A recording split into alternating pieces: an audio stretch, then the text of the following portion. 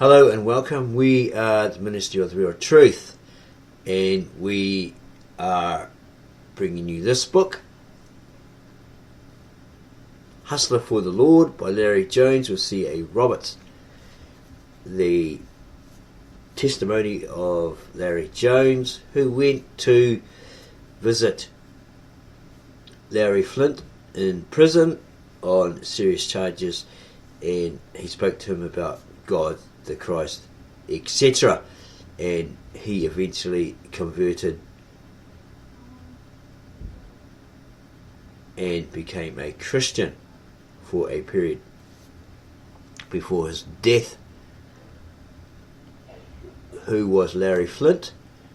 There is a movie starring Woody Harrelson. He did really well in that movie. Larry Flynt unfortunately died some time ago at 78. Larry Flynt, porn mogul and hustler founder, dies at 78. So we're looking at who was he, and we found that he's the founder of this Hustler men's magazine, a very filthy magazine apparently.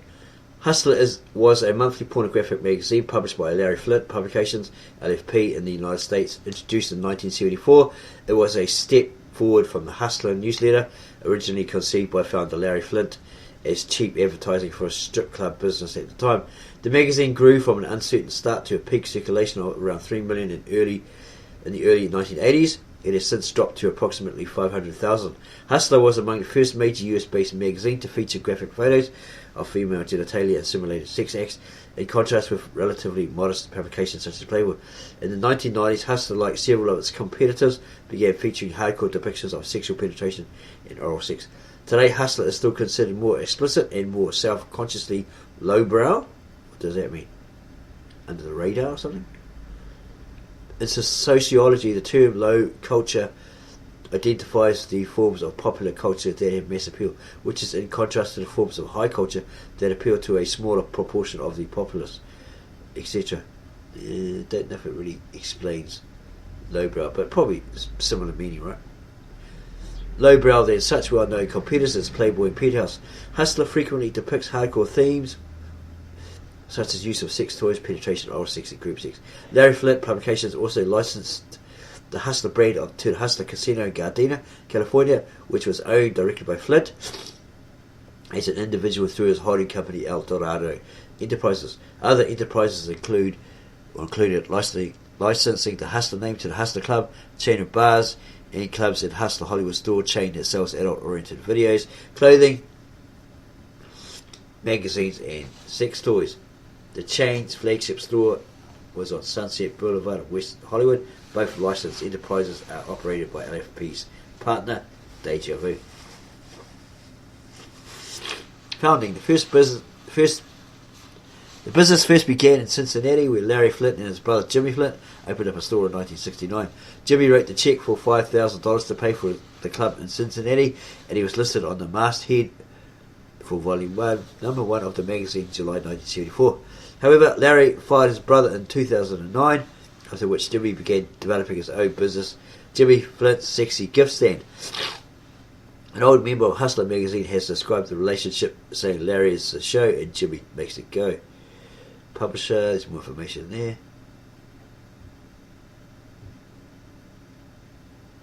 And here's a Canadian version of Hustler. Published by a Quebec-based firm. This magazine is not owned by Larry Flynt, but is licensed to publish material from the American version. In general, Canadian Hustler imitates the appearance and tone of its American counterpart, with Canadian content added, and so forth. Regular features, and there's all the models. Hustler Honeys by a month, that's what they were called. And there's some weird stuff there. And they were sued for defamation for using a certain person's name as a model. And there's quite an extensive list of all those models in those magazines. And in the 1970s, Hustler ran a comic strip featuring entitled Honey Hooker. In each installation of Honey, you would have graphic sexual encounters with any male or female she ran across, and so forth. And the Beaver Hunt section of the magazine contained explicit nudes of amateur models submitted by readers.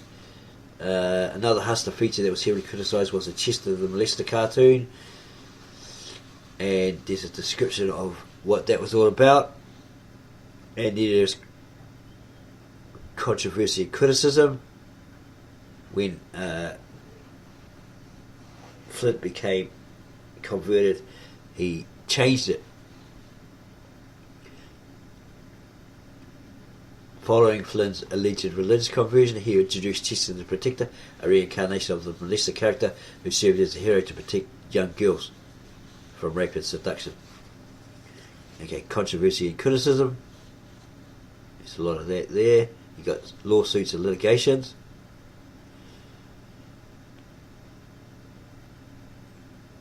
And so forth. So that's basically about him. Very skilled, creating a very perverse means magazine. Unfortunately, we didn't have that particular magazine that we know of in our country.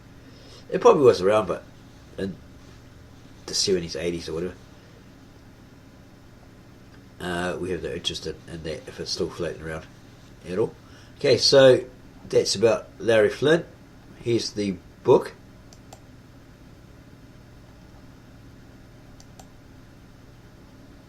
Hustler for the Lord by Larry Jones, and how he converted this big time porn magazine creator, owner, mogul, etc.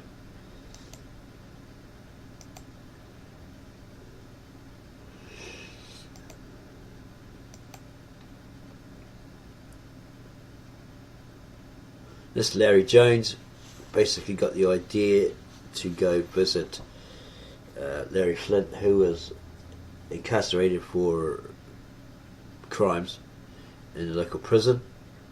Is the table of contents there, where Larry Flynt is behind bars, and he made an arrangement to see this mogul Larry Flynt, but he couldn't get to see him. There's too many people there wanting to see him, interview him. There's one guy who would have offered $500 to someone, maybe a officer, sheriff, or whoever that was there, for him to get them in to see Larry Flynt.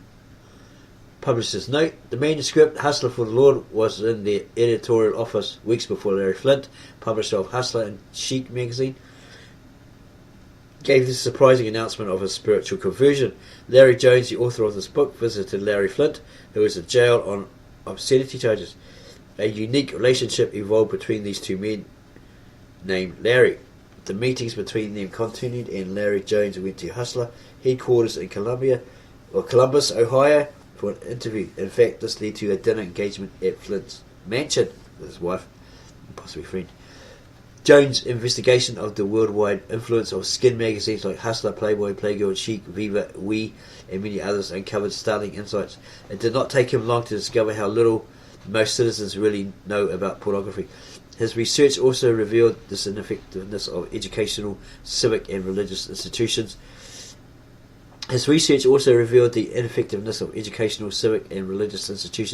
In dealing with the matter of questionable literature.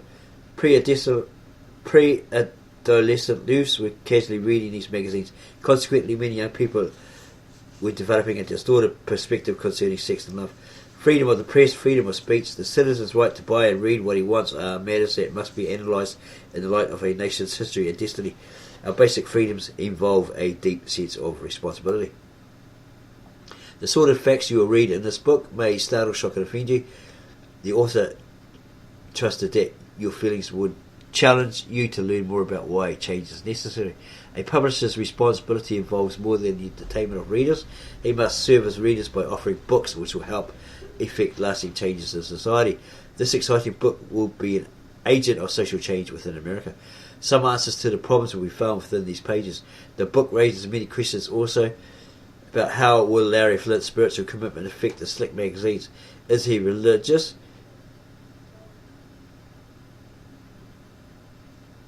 Is his religious experience genuine or profit-oriented? Is the born-again experience becoming a fad? What will happen next? Introduction. The word hustler did not always have the connotation it carries at the present time. As a basketball player, the author grew up in a very competitive atmosphere, and he talks about that. And he talks about the Bible. The Bible says the light of the body is the eye. If therefore thine eye be single, thy whole body shall be full of light. But if thine eye be evil, if thine eye be evil, thy whole body shall be full of darkness. Matthew 6:22-23. Most of what we learn enters our understanding through the eye gate, or the what's the other word for that? Mind's gate in Islam, and the prefrontal. Okay. And so many young people and adults are allowing their eyes to take in evil images, which inevitably result in spiritual darkness. This book reveals what millions of Americans, many far younger than you might imagine, are seeing today in certain magazines and films. In his estimation, the author's estimation, there are not enough X's to give a proper rating to such smut.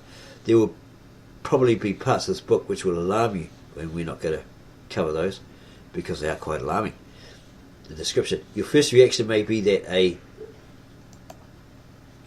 preacher should not write about such matters. This concerned him deeply, the author. He did not wish to present himself as an alarmist or an extremist. However, he was compelled to write boldly and frankly.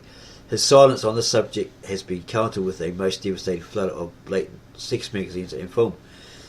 The result had been that the young people had been learning from the wrong sources too much too soon about sex. By the time church and parents follow step in, the efforts have been too little too late. The situation is like that of a father who called his 12-year-old son in and said, "Let's talk about sex." The boy replied, "Okay, Dad, what would you like to know?" It would be better for you to be upset about a cause which is right than to remain silent or apathetic regarding a cause which is destructive. It is not the author's intention, or wasn't the author's intention, to offend anyone, but if one concerned parent is shocked into action, the entire project will have been worth the effort involved. The story within this book is true. The part about Larry Flynt and Hustler appears to be heading toward a happy conclusion, but there is still much work to do. There are many young people who deserve to be freed from the destructive influence of pornography. The author at the time was praying that the reader's responsible and affirmative action will help create a happy conclusion to the rest of the story as well. The title reads by Larry Jones with C.A. Roberts. The author devoted his time during the past 2 years of writing that book, prior to that book probably being published, to action and research regarding the battle against obscenity and pornography. He spent countless hours each month with C.A. Roberts, poring over his activities, findings and insights into a recorder, or putting his activities, findings and insights into a recorder under his cross-examination. C.A. Roberts' cross-examination. His assistant, he in turn would commit his thoughts and actions to print. His assistants proved valuable and enabled the author to complete the book on time. In order to give the events of those 2 years, or the past 2 years, order and simplicity, they had to, in some instances, compress several events into one. In other instances, they also did the same with time. However, here he wished to affirm that this book is based on facts. When an idea could best be conveyed by using a fictitious name, he's done so. When it appeared expedient to use the actual name of a person or town, he did so. And that's from Larry Jones, the author. Larry Flynt behind bars. Basically, he went to the prison where Larry Flynt was, February 8, 1977. Or sometime after that. He couldn't believe his ears that Larry Flynt was in jail. And so forth.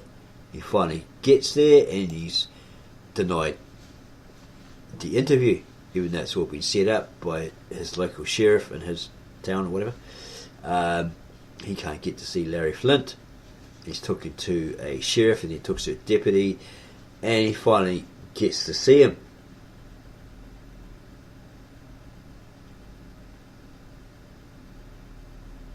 Gets to interview Larry Flynt face to face.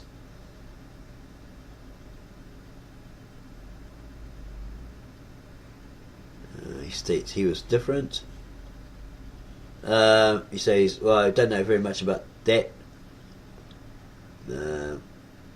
What he was talking about prior to that. He had more than he could handle there. This Larry Jones had to realise that he wasn't different from anybody else in the jail, and he points out this guy wanted to get in and see him, this person here, it's this person, he's supposed to be his wife, trying to visit him, all this sort of stuff. And this guy over here offered $500 if we'd let him in to see Larry Flynt, all that sort of stuff. Okay, he says, but I'm different. At least he thought he was. Sheriff, are you sure you don't have something clearing Larry Jones to get in there? He had the place called to Flynt's wife, etc., etc. And he talked to the sheriff. You've got to have something written down proving I'm supposed to get in there. He didn't even hear him. He kept moving away from him. He had been looking straight at him, but he was listening to someone else. He made his way over to another man who looked official. Look, he said, I'm Larry Jones. I'm supposed to get in to see Larry Flynt. Would you believe that's what every single person is saying? See that man over there in the corner? He came over to me a moment ago and told him the President of the United States had asked him, the President at that time, asked him to come and talk to Larry Flynt. See that man over there? I'd never seen a $500 bill until he offered it to me if I would get him in to see Larry Flynt. See that woman over there? She claimed to be his wife and said Larry was calling for her. Do you understand? We kind of have a problem here. Well, I know this, sir. There is not a person in this room tonight who has been requested by Larry Flynt himself to go in there, but me and you are going to find that out sooner or later. If I had to get out and get an attorney or whatever, I'm going to get in to see Larry Flynt. And it went on like that. So he finally gets in there and he interviews Larry Flynt. And then he goes on about Larry Flynt's magazines, Hustler, etc. And the filth within it, contained within them all. So he gets in, he goes through the crowd, the doors are open, there's a long dark hallway, deafening in its silence, and apparently Larry Flynt can't wait to see him. Okay, so he gets in there.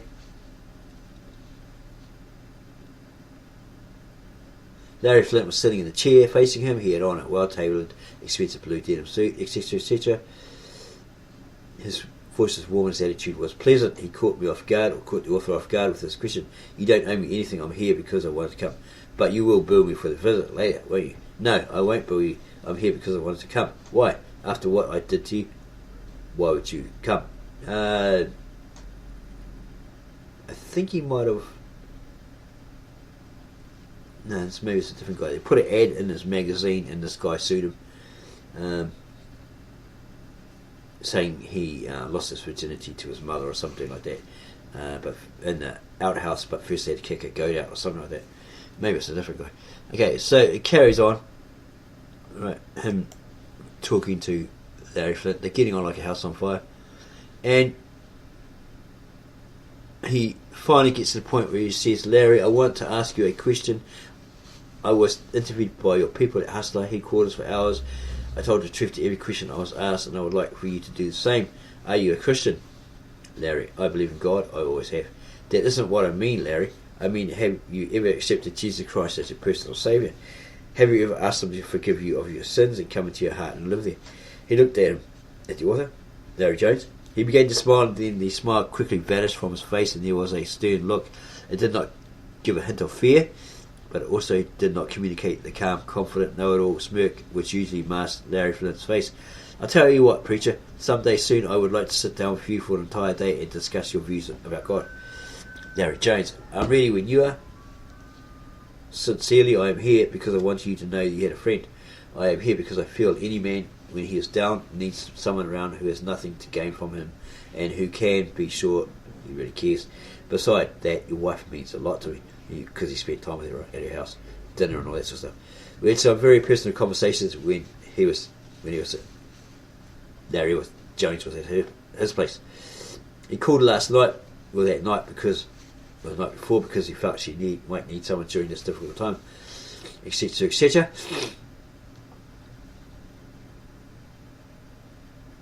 Okay, because they gave him an award in the magazine. He then says he wished he could say he was sorry and didn't really mean it like it was, but the truth is he's not sorry, did mean it, but you've got to understand that's how he makes his living. You say what you think and that's what makes you strong. I say what I think and that's what makes me strong. I'm just sorry I had to do it to such a nice guy. He had to regret there, right? And Larry Jones appreciates his honesty, and there's more information there. Larry Jones tells Larry Flynt, "You are bad news, your magazine is bad news." He's got documentation on different things that show different things. I've seen magazines have caused people to do evil to other people, women, etc., and so forth. Larry Jones didn't want to see him go to jail because he didn't think that was the answer. He wanted to stop him. He sincerely wanted to stop that magazine and other magazines like it from being put where young people could get to them so easily, and he's going to do anything he could to stop him and his magazine.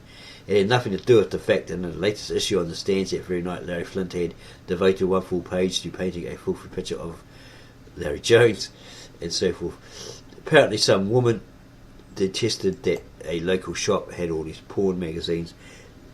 They went there to confront the shop owner because a lot of young people could buy it and all that sort of stuff, They were concerned, and he said he wouldn't do business with them and all this sort of stuff. And basically Larry Jones says, well, you got these magazines in there, you should remove them because it's affecting the youth, all this sort of stuff. So eventually he did, and carried on business with these people. Okay, Hustler's Triple X Award.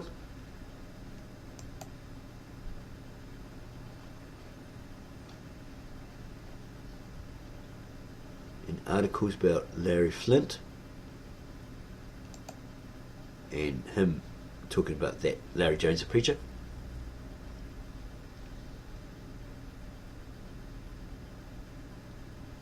It looks like Flynt had a bit of an attitude.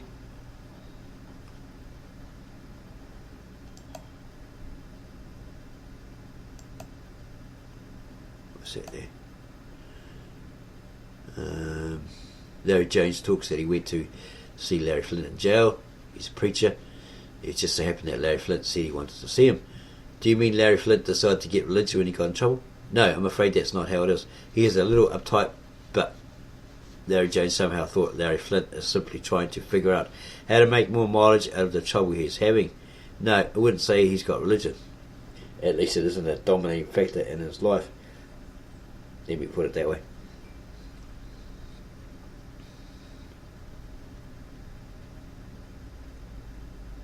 And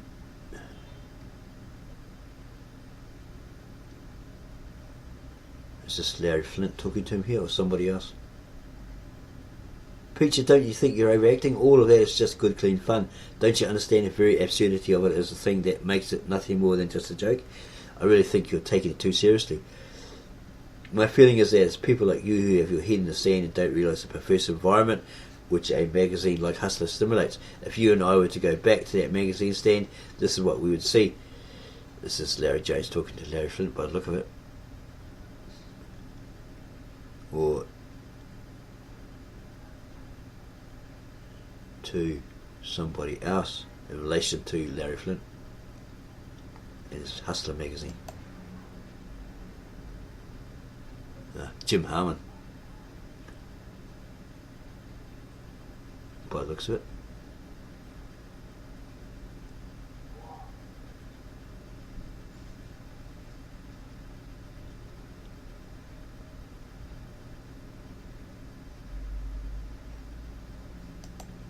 Hustler magazine, which makes fun of Christianity at that time. So it goes through all these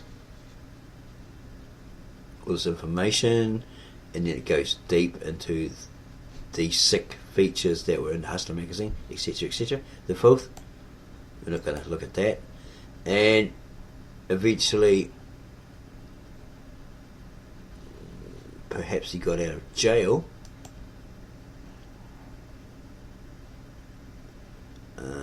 And he decided to change his attitude, and so forth, so forth. And here is a website of Larry Flynt, the poor Mogul and Hustler founder who died at 78. It's highly unusual to start an obituary with a warning about sexual content ahead, but Larry Flynt wouldn't have approved. Flynt was a hardcore pornographer whose Supreme Court case in 1988 made him a free speech folk hero. Admire him, despise him, or both, Flynt left a singular mark on culture and politics. Flynt died Wednesday morning in Los Angeles. He was 78. What's the date for this? Probably after 2014. Maybe it was about 218 or something like that.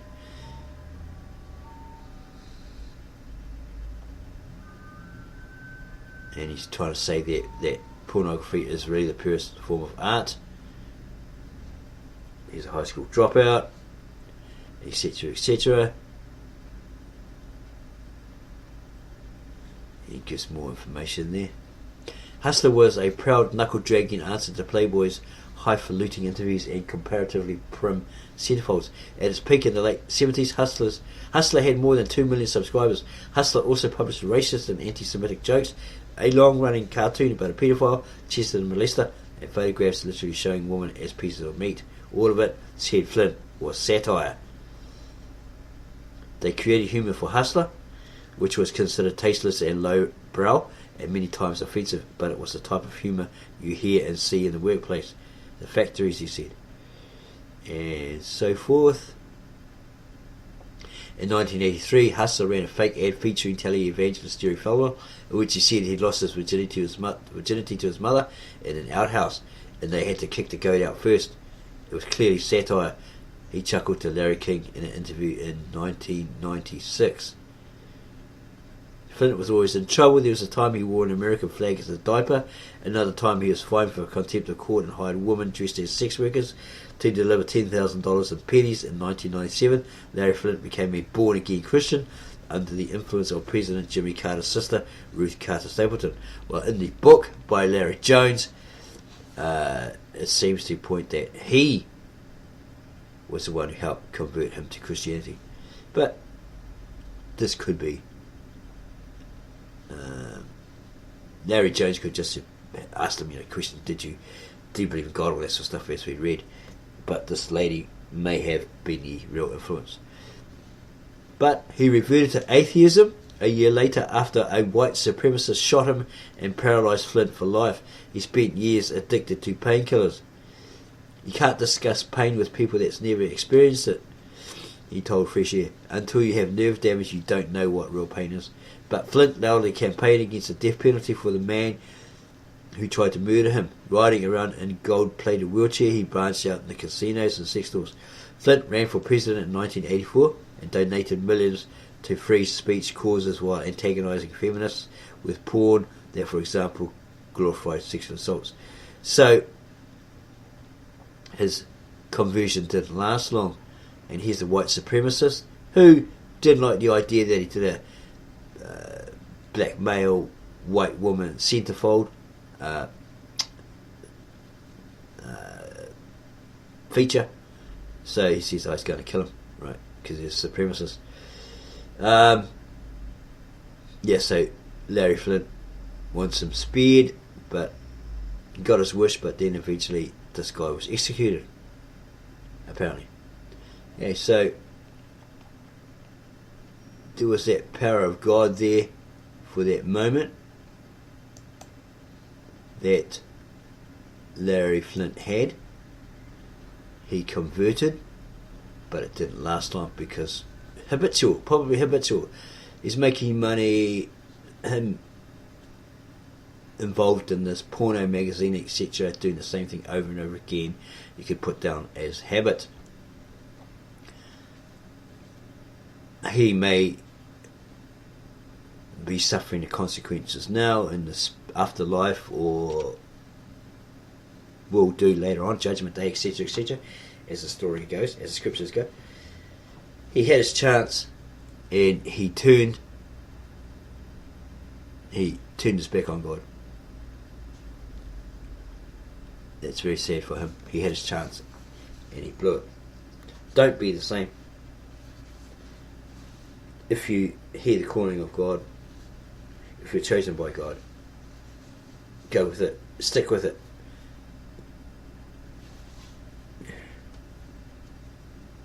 Don't be easily shaken.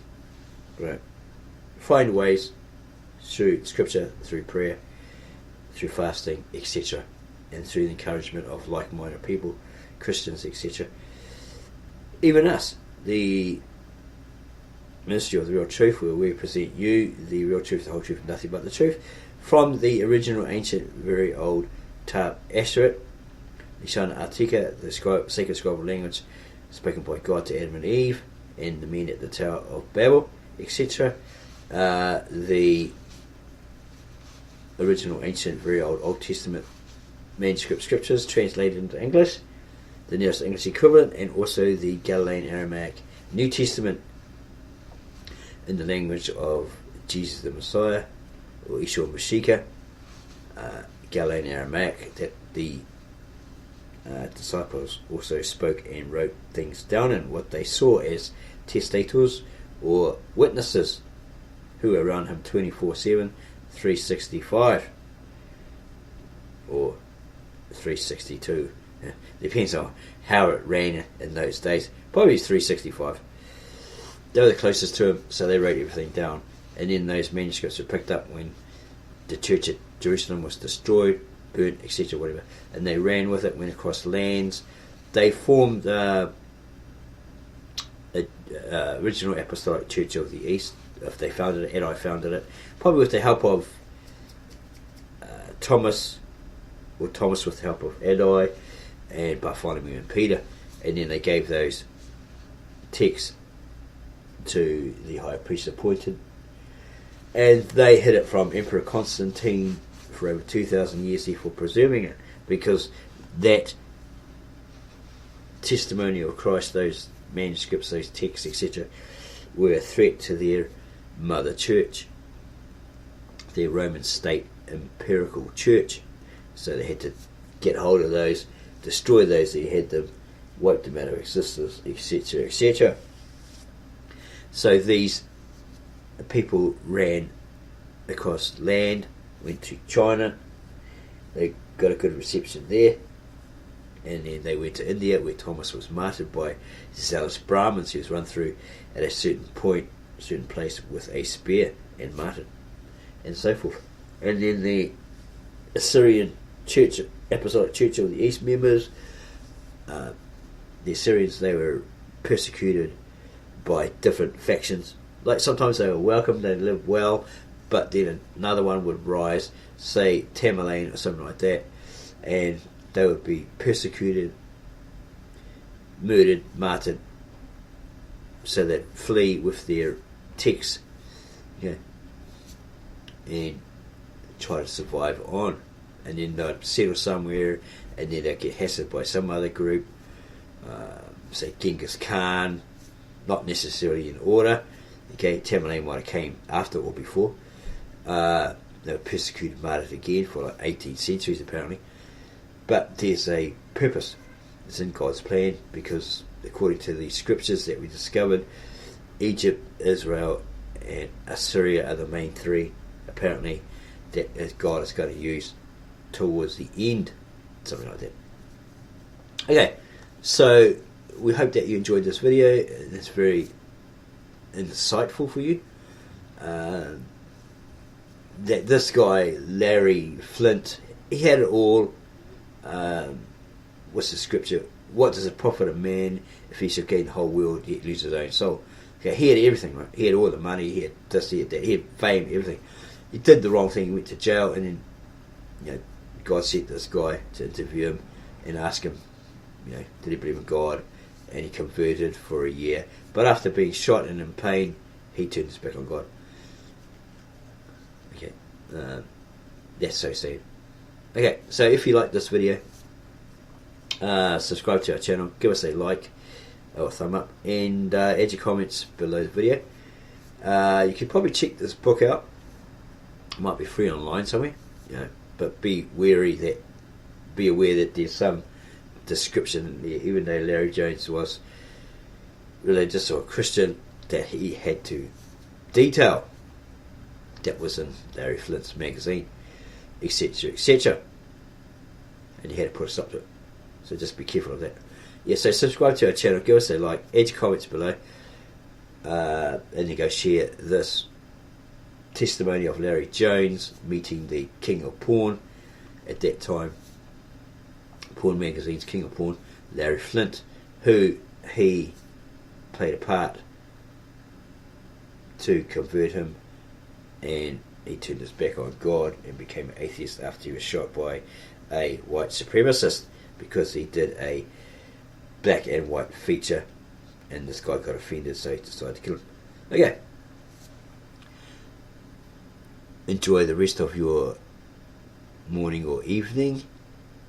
Peace, blessings, abundance, etc. Those out there who are leading a similar life or have these problems and you're looking for a way out and answer, look at our videos on our channel, the Ministry of the Real Truth.